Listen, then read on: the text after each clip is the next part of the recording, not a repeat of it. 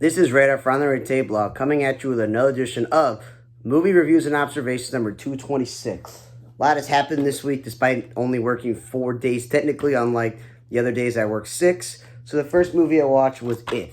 And it was a long day where I worked 2 jobs. So I was exhausted and tired and had a long night. So the previous night. And this movie had a wide range of celebrities from like George Clooney and Matt Damon or to a guy like Sam Rockwell or Bill Hader, to Steve Carell being really famous, and John Krasinski, live action in the movie, and Phoebe Waller-Bridge and Lou Gossett Jr. get the main credit. But you can look up on the internet all the voice acting that was in the movie, like Awkwafina sticks out, Sebastian Montesano sticks out. So there's certain voices that stick out. The movie's called If. It's about this little girl whose mother tragically passed away, and there's like she's trying to have fond memories of her childhood with her grandmother, this British woman, and who had maybe it's Fiona Shaw, I'm not sure. And her dad is John Krasinski, and he's dealing with medical problems. So she's kind of matured and like coped and stuff. But all of a sudden, she starts seeing some imaginary friends, and she's like, yeah, I don't know what's going on there. She sees like Ryan Reynolds, and is like, this guy sees him all the time. And then it like turns out that there's all these imaginary friends for people that you have to be able to believe to see them. And it's written and directed by John Krasinski. And it's a very good kids movie, and it shows that like Ryan Reynolds can be in filthy movies, it can be in superhero movies with a lot of violence, or it could be in drama or kids movies. Same thing with John Krasinski. He's done different things. And I like this because it's like a lighthearted kids movie, but there's a little bit of somberness with, you know, the mother's death and the illness with the father. But still, it's a nice movie. I just kind of would have recasted some of the voice acting. I wouldn't be like, oh my God, how dare you not give career professional voice actors movie, because some people say that. But there are other people like Bill Hader, who was barely in the movie, that I would like to have had him voice someone more important and had more lines than like giving Bradley Cooper, George Clooney, you know, Matt Damon or others the voicing. But either way, and I liked it. It was a very good kids movie. The graphics were not bad. Bobby Moynihan, one of my favorite former SNL cast members, was in the movie as one of the live action people. I really liked it. It was a good movie, and I was thinking, like, this is a success. Maybe they make a children's TV show out of it. Maybe they make a sequel. Either way, I like that this kid decided to take it upon herself with the imaginary friends, what she wanted to do, to save them from being forgotten by matching them up with people and bringing back to the original person that is their original friend and stuff. And again, it's barely an hour and 40 minutes with credit because it's a kid's movie. And I would say 100% this is probably one of the better movies that I physically watched on DVD as we're in the last month of the year. So yes, I do think this is probably one of the better movies that I have watched. Rest in peace, Lou Gossett Jr. I just would pick maybe different people to do voice casting. That's just me. And maybe the end credits should have been like, here's a photo of the imaginary friend and the person who played them, instead of just the long cast list. Then I took a completely different turn than watched a movie that said it's from the producers of Five Nights at Freddy and Megan. So 2 horror films with like animatronics or toys or whatever. Well, this movie's called Imaginary. And it says he's not imaginary, he's not your imaginary friend. It's, you know, again, barely an hour and 40 minutes. And I don't know if I've seen this woman before, but it's got a teddy bear on the cover. But it's this African-American woman who's like a graphic novelist, comic book children's author. And she's married to this British guy who I was like, oh my God, I feel like I know that guy before. Thomas Paine, he's from one of my favorite cop shows on Fox that was wrongfully canceled called Prodigal Son.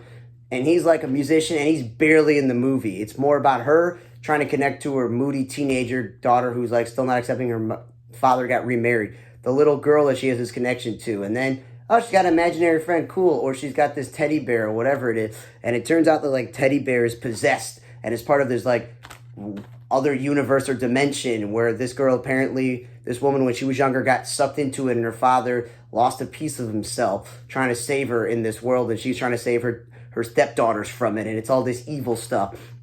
And that's like the movie. So, and then the creepy neighbor goes, I want to be in this world. I was promised that I would get something in return, and you can't take promises from evil people and stuff. And yeah, I thought it was a weird juxtaposition to watch a kid-friendly, really well put together movie that you can laugh, and then watch a horror film about imaginary friends trying to take over your soul and kill you. So, interesting. Not great. Then I watched Red Right Hand. I've had this for a while, and then I, fell asleep through it. Then I finish it the next day, and it's an hour and 51 minutes with credits. It's a little bit too long for a script and like a plot that wasn't much there. Like Orlando Bloom, really good actor, but it's been a while since I've seen him in things. Garrett Dillahunt, I think he's the pastor who's like a reformed pastor, used to be in that Thug Life. Andie MacDowell is the woman who's like in charge of the evil empire she runs of like crimes and drugs and whatever. And Orlando Bloom, apparently he works on a farm with his brother and his daughter, who's his niece, who's a teenager at this point, I think. And a little bit unrealistic that she knows how to shoot guns and she's helpful. But apparently, like, his sister-in-law died under mysterious circumstances because of Andie MacDowell and this organization.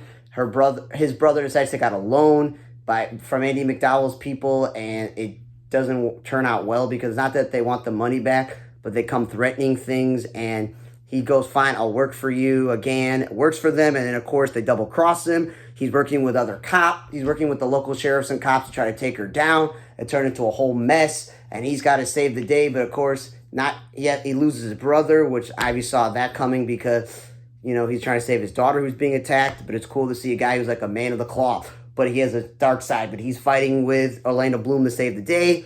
And Blip from the short-lived Fox show about the first female pitcher that I watched, he was in this movie, Mo McRae, and it was nice to see him in front of the camera because there's been a lot of movies I've watched recently where he's directing it, writing or producing it, and I don't see him actually in the movie, and he was the cop that he was working with, and of course, it didn't turn out well for Blip in the movie. So I just it's not a great movie.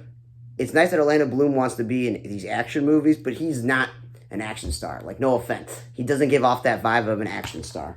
And then I watched The Taste of Thing, this French movie where I fell asleep because it was a long day and I started very late. And it was super long. It was like 2 hours and 15 minutes. And I don't think I even finished the whole entire thing because I fell asleep. And I don't think I have to go back and watch it. But it said it takes place in the past. It's this guy named Dodwin Beaufort, and he has this woman who's a personal chef living, and he's a chef living with a personal cook and lover Eugene. So they're both cooks. It's very confusing. They share a long history of gastronomy and love, but they refuses to get married. So he goes and looks for someone else to cook for him, and it's just I don't like to be signed up for a 2-hour-plus movie and subtitle and it to be very boring and very stale and nothing exciting happening. And I may not ever go finish the end of the movie. I may have to go on Wikipedia and read the full synopsis, but it wasn't good enough to go back and rewatch. Because normally, if I fall asleep, like I did with If because it was a long day, and same thing with Red Right Hand, then I will go back and I watch the whole entire movie to see how it ends. I don't have any interest in doing that with this. And then I watched Madam Web with Dakota Johnson, where no offense to like Sydney Sweeney and Isabella Merced, I know who they are. I've seen countless movies with them recently. I think Sydney Sweeney was in this movie that took place in a church. And I like Mike Epps. He's funny. Emma Roberts was a bit role as the Dakota Johnson's best friend's sister, whose husband's nowhere to be around. Adam Scott was her best friend, and they're both paramedics. The black woman, Celeste O'Connor. I think Tahir Rahim is the bad guy. And this movie is like an hour and 48 minutes, almost an hour and 50 minutes. No post-credit scene. So don't stick around waiting for this movie to have a post-credit scene like a lot of Marvel movies. I want to tell you, Sony, stop making Spider-Man themed movies like you made your Spider-Man movies. Let Marvel Studios please make movies. So let Tom Holland continue to make Spider-Man movies. Don't hold the rights. Because only the Venom franchise has actually been good movies. Like, this was not good. I see the Hunter the Craven movie coming out. That doesn't look good. So, no offense. You gotta let the reins of Spider-Verse movies be told by Marvel Studios. Because this was very boring. They want you to believe that some lady looking for this rare spider, and her security guard, who both apparently been looking at it for years, kills her and takes the spider for himself because he wants to live forever with his spider power.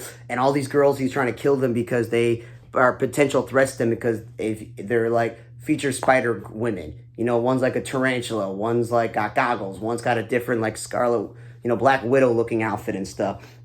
But yeah, overall, all she can do is see the future. It's not really that exciting, her powers. And she's a paramedic who's been in the foster system, kind of a loner, has a cat, and then she dies and then comes back to life, and she sees things, and then she protects these girls, and they somehow survive, and she goes to where her mother died, and they got these people who live in the African village, or whatever it is, or South African village, or American, whatever it is, and they're like spider people, and they live amongst the trees, and she learns about the origin. It was very boring, it was very blah, and not really realistic. Any of the trying to save the girls from the bad guy scene. Adam Scott was typically his usual funniness. Nice to see Emma Roberts in a movie, and Mike Epps, but either way, this was not a good movie.